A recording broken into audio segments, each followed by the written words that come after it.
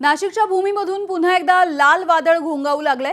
आपल्या प्रलंबित मागण्यांसाठी अखिल भारतीय किसान सभेचा ऐतिहासिक लॉंग मार्च हा मुंबईच्या दिशेने सध्या रवाना झालाय। माजी आमदार जेपी गावित यांच्या नेतृत्वाखाली हा विराट मोर्चा निघालेला आहे।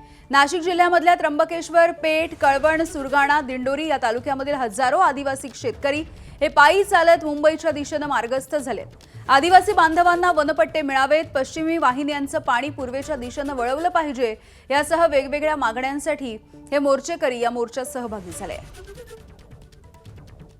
आदिवासी बांधवांच्या प्रलंबित मागण्यांसाठी निघालेला लॉंग मार्च आता मुख्य नाशिक शहरामध्ये पोहोचलेला आहे। आपण जर बघितलं तर माझ्या मागे मोठ्या संख्येने या ठिकाणी हे लाल वादळ आता मुंबईच्या दिशेने निघालेलं आहे आणि एकूण जर बघितलं तर या लॉंग मार्चचं नेतृत्व कॉम्रेड माजी आमदार जेपी गावित हे करत आहे।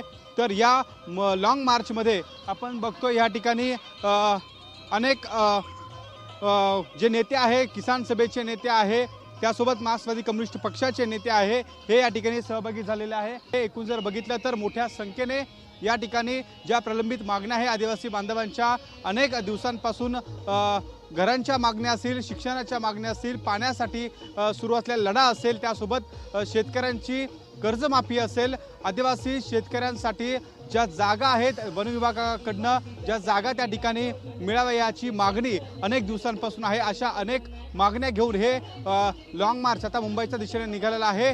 खरं तर सरकारने या सगळ्या मागण्यांसाठी पुन्हा एकदा त्या ठिकाणी पुढाकार घ्यावा, जे निर्णय घेतलेले आहे त्याची अंमलबजावणी करावी, नाहीतर मुंबईत येऊन मंत्रालयाला घेराव घालण्याची भूमिका खरं तर जेपी गावित यांनी घेतलेली आहे। त्यामुळे आपण जर बघतोय आक्रमक भूमिकेमध्ये हे सगळे नेते आपल्याला पाहायला मिळाले होते आणि आता नाशिकच्या मुख्य शहरातून हा लॉंग मार्च पुढे मुंबईच्या दिशेने निघाल्याचं आपल्याला पाहायला मिळत आहे। कॅमेरामन किरण कटरेसह शुभम बोडके, एबीपी माझा, नाशिक।